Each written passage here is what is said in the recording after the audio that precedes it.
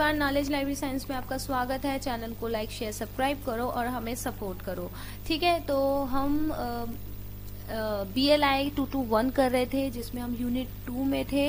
Unit 2 में हम क्या कर रहे थे, टाइप्स ऑफ लाइब्रेरीज कर रहे थे। ठीक है, तो मैंने ऑलरेडी वर्चुअल लाइब्रेरी तक हमारी वीडियोस जो है वो अपलोड कर दी है चैनल में। अगर आपने नहीं देखा है तो जल्दी से जाइए, प्लेलिस्ट चेक कीजिए, आपको बैक वीडियोस फटाफट मिल जाएंगी, आप वहां से उसे देख सकते हैं।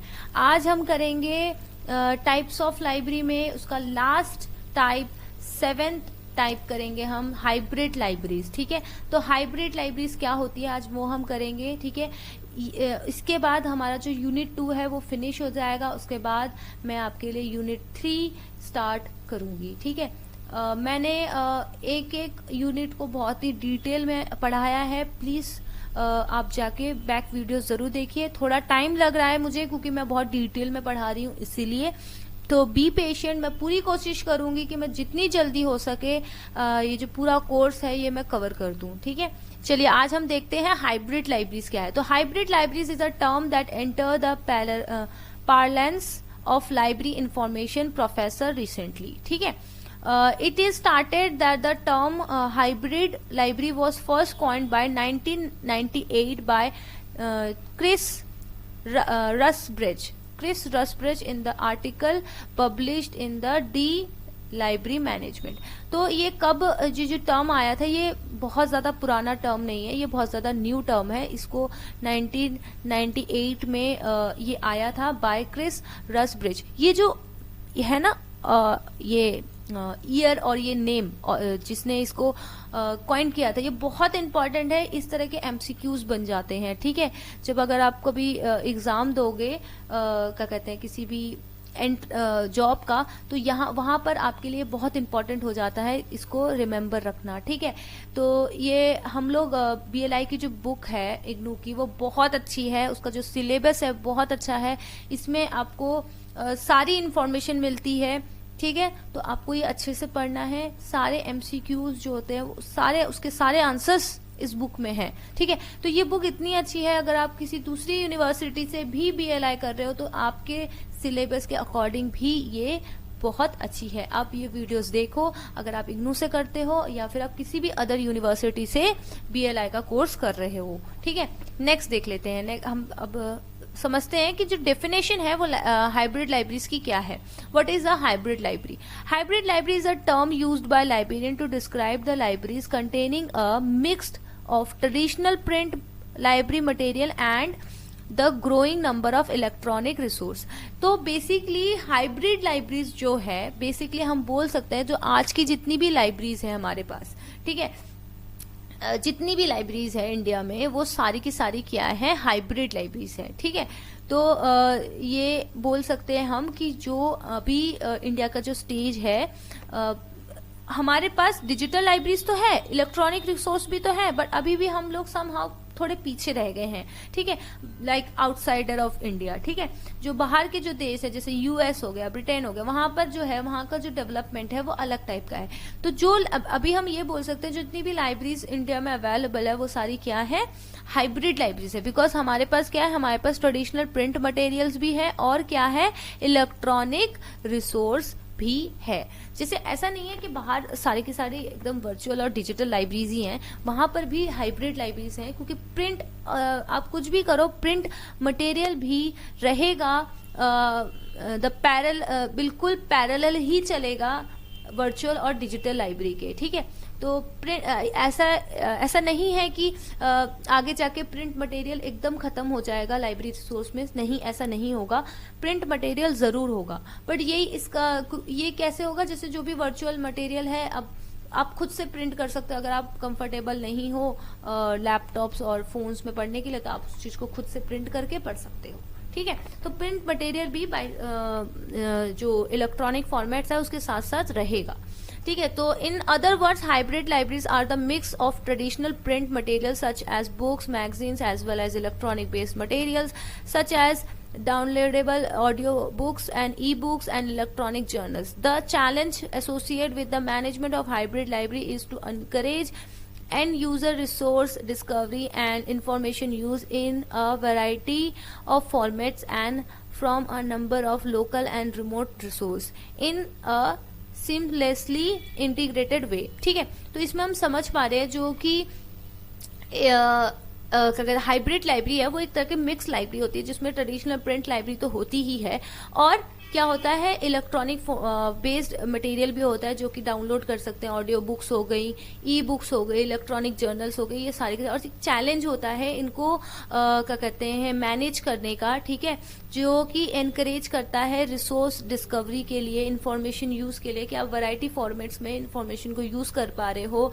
रिमोट रिसोर्सेज अवेलेबल हो पा रहा है। ठीक है, तो इस तरीके से हाइब्रिड लाइब्रेरीज काम करती है। तो hybrid involves 1990s when electronic resource become easy available for libraries, ठीक है, to acquire the public use. तो ये बहुत इजी 90s में बहुत इजी हो गया था इलेक्ट्रॉनिक रिसोर्स जो है लाइब्रेरी के लिए एक्वायर करना। ठीक है, in the beginning electronic resource were typically access to material distributed on media such as CD-ROM, search of special database. OCLC helped to push the library toward the acquiring digital resource by providing a centralized technology resource for participating libraries. Now with the widespread availability of digital content in it includes internet resource and document which are online and as e-prints। ठीक है, तो जैसा कि हम यहाँ पर समझ पा रहे हैं कि जो इलेक्ट्रॉनिक 90s में क्या हुआ, इलेक्ट्रॉनिक रिसोर्स का एक बिकेम बहुत इजी हो गया लाइब्रेरीज के लिए एक्वायर करना। ठीक है, जैसे कि पहले किस फॉर्म में करते थे, CD-ROM में करते थे, जैसे अब हो गया है स्पेशली डेटाबेस हो गया। OCLC ने बहुत हेल्प करी है लाइब्रेरीज को डिजिटल रिसोर्स एक्वायर करने के लिए। ठीक है, जैसे कि आजकल क्या अवेलेबल है, आजकल हमारे पास ऑनलाइन सारा डेटा अवेलेबल है इंटरनेट पे, और क्या है e prints available, electronic prints available है। ठीक है, hybrid library should be design to bring a range of technology different source together in the context of working library and also explore integrated system and service in both electronic and print environment।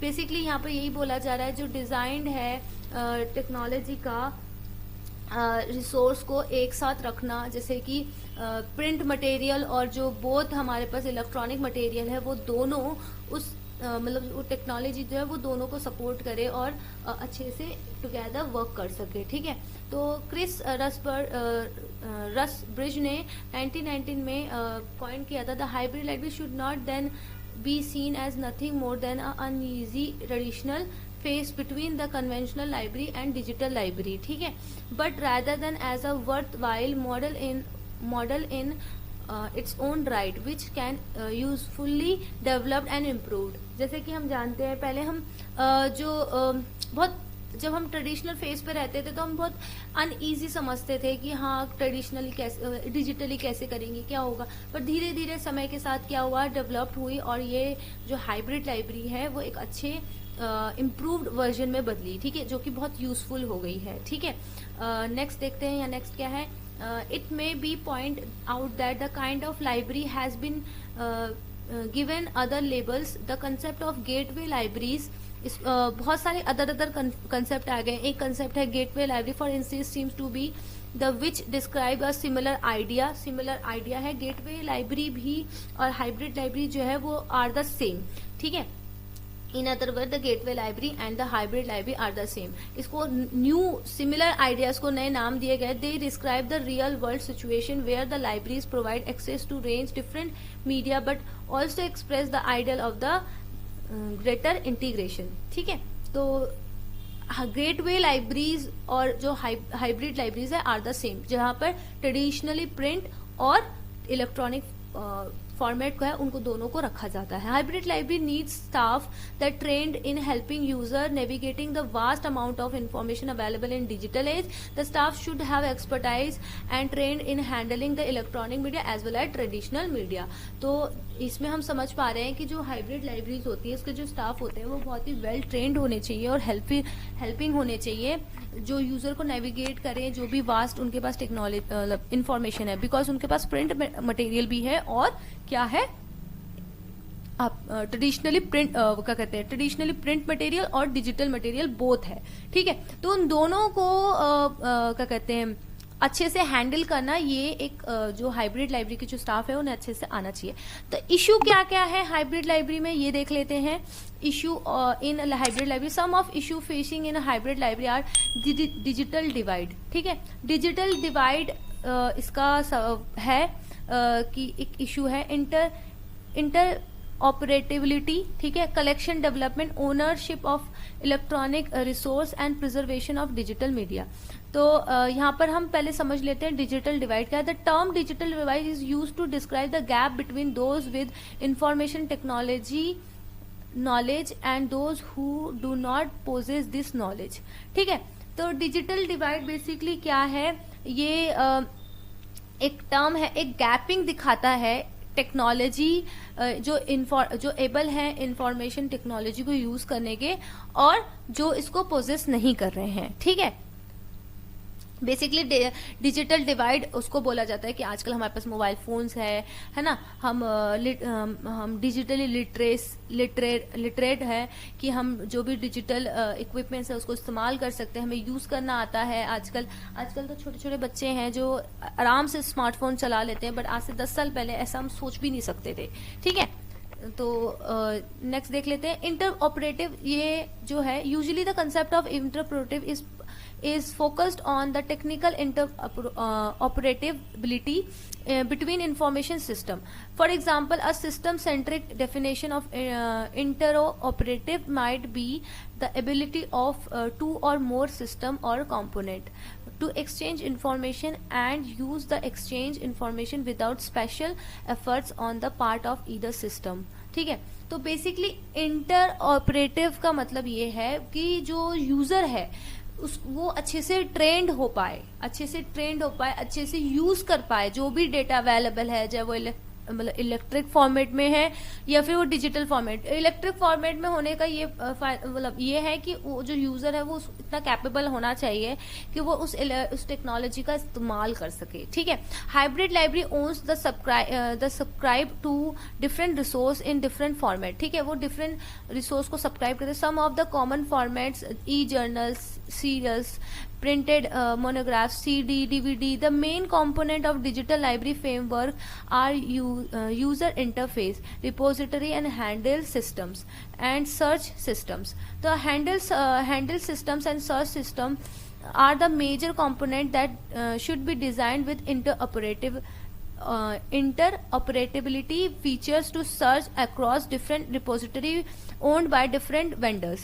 The user interface should be designed in such a way that it helps the library user to develop a common knowledge to do search across all repository. जैसे कि इसमें बोला जा रहा है hybrid library जो है वो डिफरेंट काइंड्स के मटेरियल को एक्वायर करती है, ठीक है, रिसोर्स को एक्वायर करती है। तो डिफरेंट क्या कहते हैं वो डेटाबेसेस बोलो, वो सर्च सिस्टम बोलो, उनको रखती है। तो जो रिपोजिटरीज होती है वो डिफरेंट वेंडर्स के थ्रू ओन की जाती है, ठीक है। तो जो यूजर है, यूजर इंटरफेस जो है वो इतना हेल्पफुल होना चाहिए कि यूजर डेवलप कर पाए, नॉलेज गेन कर पाए कि वो कैसे उसे इस्तेमाल करना है, वो कैसे वहां से रिसोर्स को रिट्रीव करेगा, right.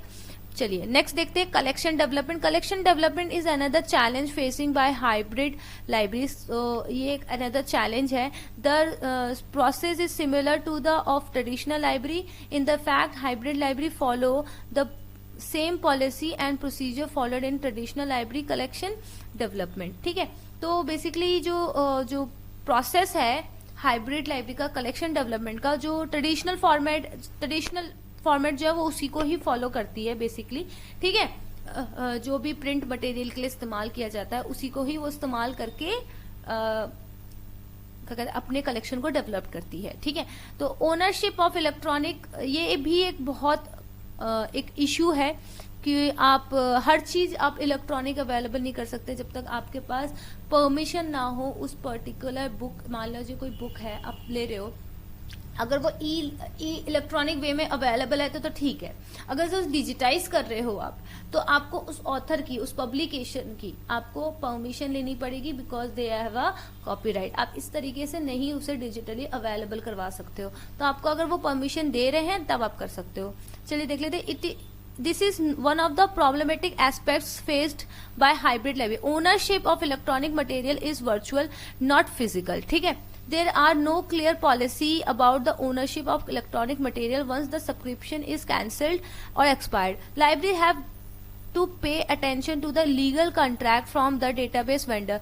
If hybrid libraries plan on archiving the electronic resource, then there are a legal issue related to it. The most important issue are intellectual property and authority of digital information. जैसे कि मैं बता रही हूँ आपको कि जो ownership है वो वर्चुअल लाइब्रेरी की, वो वर्चुअल होती है, नॉट कि फिजिकल होती है। ठीक है, तो जो पॉलिसीज है वो ही आजकल अभी तक ठीक से क्लियर नहीं है। ठीक है, जो जैसे कि सब्सक्रिप्शन है, जब वो कैंसिल हो जाती है, वो एक्सपायर्ड हो जाती है, तो उसके बाद क्या होता है, आप दोबारा जो लाइब्रेरी है वो उसको एक्सेस नहीं कर सकती, आपको दोबारा से सब्सक्रिप्शन लेना पड़ेगा। ठीक है, आप अपने मतलब आपको पे करना पड़ेगा। तो जो लीगल, फिर उन्हें लीगल कॉन्ट्रैक्ट्स, हर चीज पे ध्यान देना पड़ता है। जो डेटा, जो वेंडर्स होते हैं, डेटाबेस के वेंडर्स होते हैं। ठीक है, तो ये जो है, ये जो ओनरशिप की जो प्रॉब्लम है इलेक्ट्रॉनिक रिसोर्स में, ये स्टिल अभी भी है।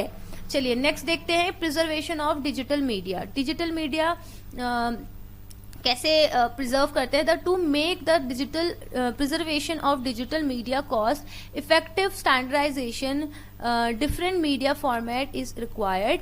The three possible approach to problem are technological preservation, ठीक है, और emulation and migration. ये जो तीन हैं, ये क्या है, ये प्रॉब्लम्स हैं प्रिजर्वेशन के, डिजिटल मीडिया प्रिजर्वेशन के प्रॉब्लम्स है।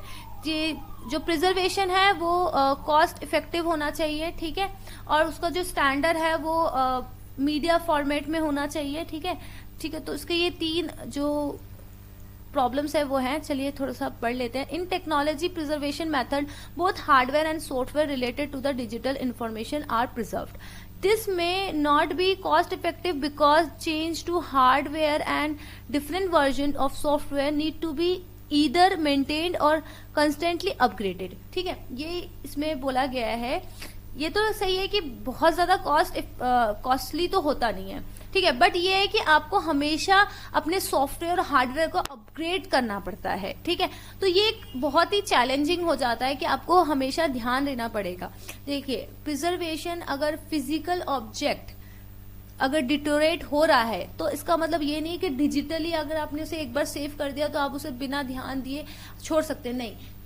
मान लेते हैं एक बुक जो है वो 10 साल तक सही, मतलब 10 साल तक फिजिकली वो 10 साल तक चल जाती है, ड्यूरेबिलिटी उसकी 10 साल तक। अगर हम सोच लेते हैं कि हम उसे इलेक्ट्रॉनिक में रख रहे हैं, ठीक है, इलेक्ट्रॉनिक फॉर्मेट में रख रहे हैं, तो ठीक है वो उससे ज्यादा 15 साल चल जाएगी, 12 साल चल जाएगी, बट आपको उसको फिर से उसे प्रिजर्व करने के लिए आपको उस जो भी डिवाइस में आपने उसे रखा है, जिस भी फॉर्मेट में आपने उसे रखा है, आपको उसे अपग्रेड करना पड़ेगा। ठीक है, तो ये इम्पॉर्टेंट है कि प्रिजर्वेशन जो है, चाहे वो प्रिंट हो, चाहे वो क्या कहते हैं इलेक्ट्रॉनिक फॉर्मेट हो, आपको अपग्रेडेशन तो चाहिए ही चाहिए। ठीक है, तो emulation and emulator software programs will mimic the hardware and software of original data and display in the original format. In the migration, digital information is converted into a standard media with standard formats.